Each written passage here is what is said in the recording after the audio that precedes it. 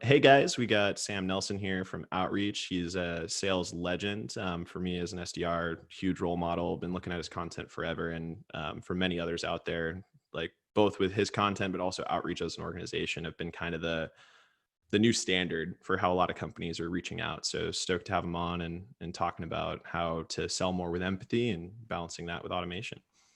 So thanks for being here, Sam. Right on. Happy to be here. Before we get started, I mean, obviously outreach is kind of the big piece of your career, but can you give everybody just a little background as to kind of who you are in the sales world?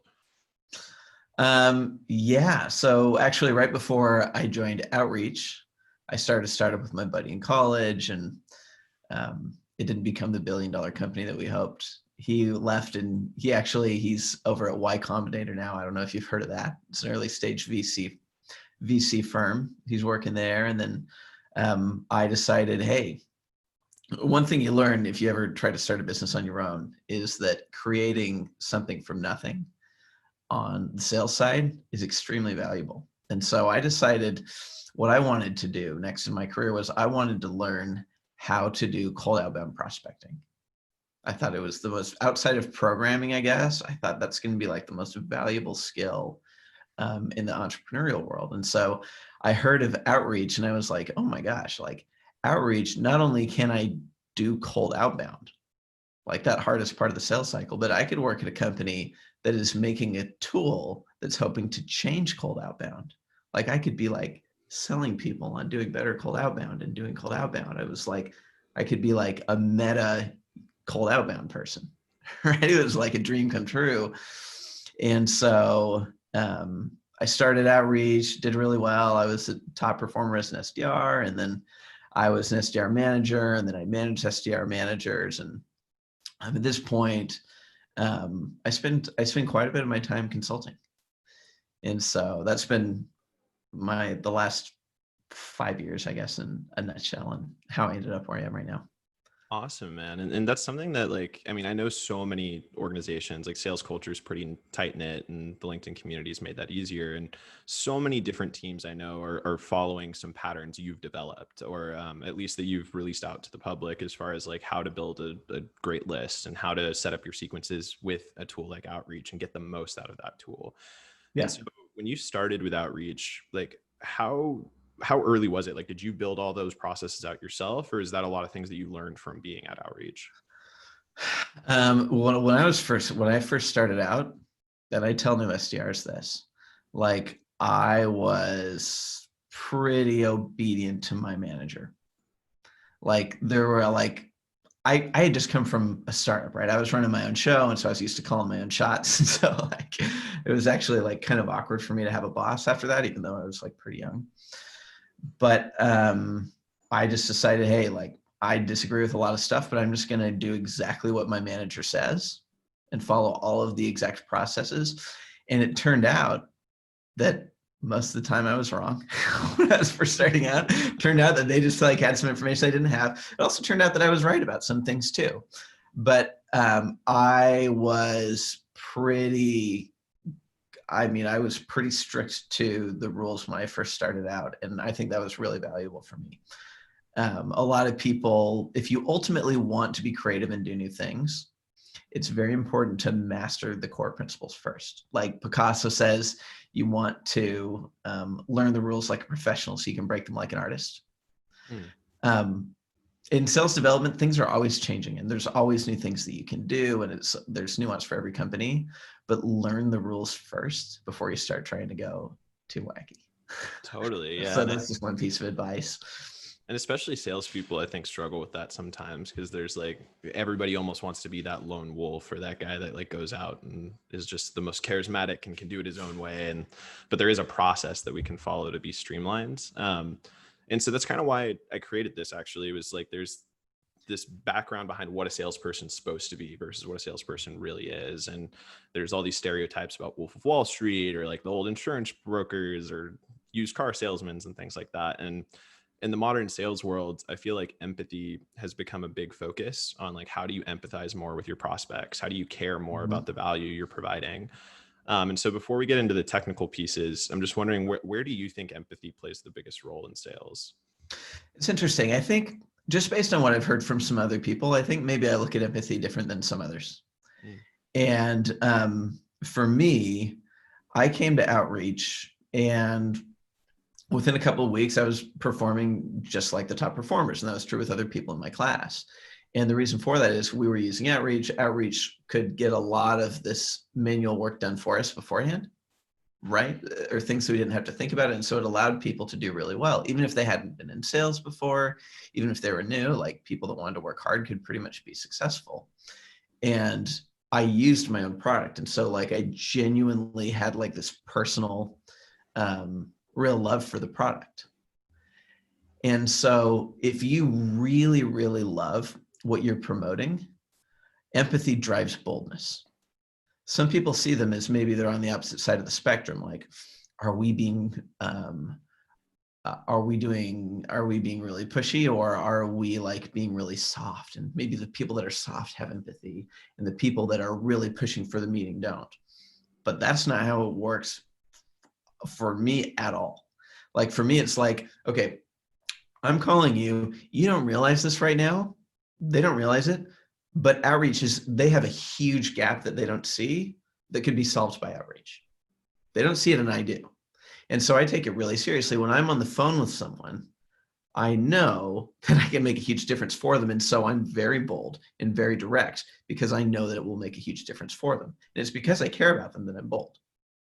Like if you have a family member that has COVID and you have a cure, you're not going to say, oh, well, maybe if you want to get back to me, I'd sure love it. Thanks. You'd be like, no, listen, you need to take a meeting tomorrow. We need to talk about this because this is a big deal. And if you are really sincere about that, if you actually love the product, it'll come off really natural. And that's the only way I know how to sell. I think that's an extremely important thing for the modern salesperson to know is like when like things like bravado and what Sahil's doing with like trying to reframe what a salesperson looks like. It's like, we're not trying to say that you don't be confident. Like you can't go into a cold call or a cold email or anything and just be like completely soft.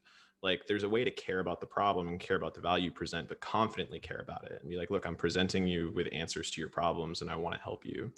But the first thing is getting the right people, right? Because like if you're going to be super confident about it, part of what's going to build that confidence is knowing you're talking to someone who has the problems that you're solving for. So like, what are some of the tactics or tools you're using to make sure you get that right person on the phone and that you're reaching out to those right people? Yeah, it depends. I'm trying to figure out if should I talk from the perspective of a manager or from a rep to Either sell? way, I've kind of shifted the approach of this to be more focused on like the stage of the sales process and how to go through it. Mm-hmm. But I think both are valuable. Like let's start maybe with a rep, like from an SDR's perspective, like how do they find the right person? Okay, so you need to figure out who can become an immediate opportunity. And if you're a new rep, you don't know that. So what you need to do is you need to ask other account executives and ask other SDRs.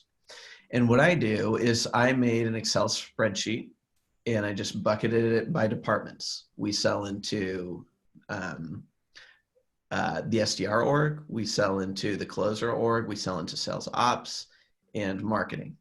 Okay. And so I'll just make a hierarchical list of everyone I would find of the different titles that I would find in there, rank them from most to least important, and then go around to other people who would know and figure out which ones can become immediate opportunities and which ones can't.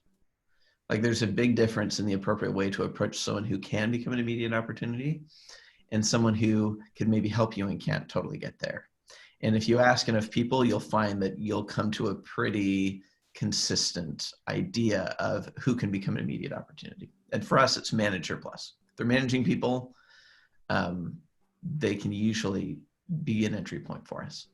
And so this is a question that I haven't asked enough, but I think because you've been both the SDR hat and worked your way up into a managerial role, you might have a good answer for it. Is organizations often struggle to either open it up to the SDRs and basically say like, hey, we're going to sort you by territory or vertical or whatever it is, but like go find your leads and do it yourself, versus having pre-assigned lists that's like, hey, we built this list out for you, now go get them. What are your thoughts on the pre-assigned list versus letting a rep have the power themselves?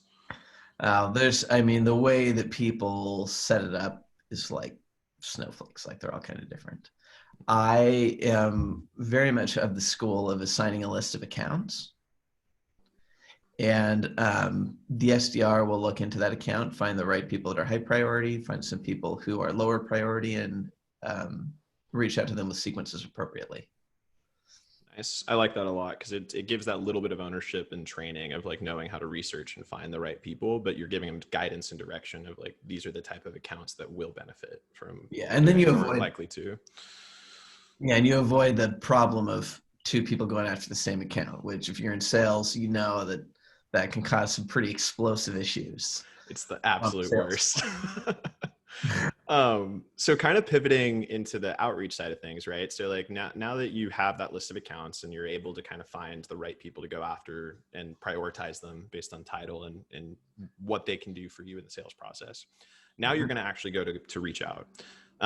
There's like individual personalized outreach, and then there's like automated outreach. And obviously your tool with outreach.io supports automation and streamlining of the workflow. And so Mhm. I'm wondering, how do you balance efficiency with like streamlining that workflow versus still being able to show empathy and care for these prospects and make sure that you are having that same level of personalization too? Yeah, so it's about doing personalization in the right places. There are certain places where personalization will have a huge return on investment. And there are some places where it won't have a very big return on investment at all, right? It can even have a negative return on investment. One place where it has a huge return on investment is in the first line of that first email. Like when your prospects are looking at the email, they're going to see the subject and they're going to see the first line of that email. And so right there, that is a very good place to put in personalization. And I don't honestly like, I don't know why personalization causes people to respond so much necessarily. I mean, in my head, it seems like, oh, well, like if we told them like what we do, it would be better because that's really what we're ultimately trying to sell them on. For whatever reason, it's personalization, right? So the first line of the first email makes a huge difference. And what Outreach can do that's really cool is you can templatize the rest. I mean, you can A/B test it yourself. Usually people find that personalizing the entire email versus personalizing the first sentence doesn't cause a difference. So save 80% of your time right there. And then the other thing that Outreach can do is it can give that personalized first email more chances to be seen. Like if someone doesn't see it, you can send a follow-up email that draws attention to that email again. And the other thing Outreach can do is when you're calling, it can save that first email right there. And so every time you call somebody, you can reference the research that you did to personalize that first line. And so you can, the great thing about Outreach is that it creates a system for a lot of the other work, or it automates a lot of the non-sales activity. So you can be spending all of your time doing that personalization and using that personalization, and not necessarily the admin work associated with doing it in the first place. So essentially it frees up so much time that like a rep can focus on the research of the account and like the maybe the research of the contact enough to do that personalization in the right areas, but then it streamlines everything else so that you can focus that time on the research and be able to like feel okay that you can still hit your volumes and the rest of your outreach because all those other like admin tasks and other pieces are streamlined. Yeah, yeah, it eliminates a lot of non-sales activity. Cool. And so the other question I was going to have for you, and this, it's like, let's say you go into your first call with somebody or your first email with somebody, like what's generally your approach to that first email or that first call? Like what part, like what do you want to focus on to like start the conversation with somebody? No, it's different for calls and emails. But for email, I kind of talked about that. I'll talk about call. The way I approach calls is also different than a lot of other people. The way I approach calls is I ask for the meeting pretty soon, pretty fast. I explain really briefly what we do, and I said I would love to chat with you um, tomorrow morning and show you more about it, whatever. And the reason I do that is not because I'm expecting them to say, oh, sure, yeah, you told me that one sentence, let's go and have a 30-minute meeting. The reason for that is I expect them to reject me. They will reject me with the reason that they don't want to take the meeting. Maybe it's a gap of information. Maybe they're using a competitor. Maybe they don't have the authority, whatever it is. But by asking for the meeting really early, you can get that really important piece of information early on in the cold call. And in cold call, second counts. And so if you can know the difference between, hey, I'm talking about a competitive situation versus I don't know enough about the product versus I don't have the power, if you can figure that out right away, all of a sudden it changes the whole rest of the phone call. So I close really early, not because I'm expecting to get the meeting based on nothing, but because the rejection usually gives me information to actually address the problem that stands between them and the meeting. So So the I ask so for s- the right away. so essentially the goal going into it is like I'm trying to get context as quickly as possible and then leverage that context to guide the conversation accordingly afterwards. Yes, but here's what's weird and here's what's counterintuitive. Is the most efficient way to get that context is to straight up ask for the meeting. Hmm. They'll tell you if they don't want to take it, why. Is that something someone taught you, or did you just kind of figure that out on your own?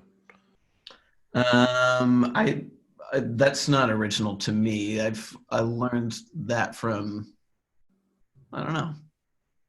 It's been around. I feel like we It's learn so gotten many things from so many places. It's hard to yeah. track sometimes.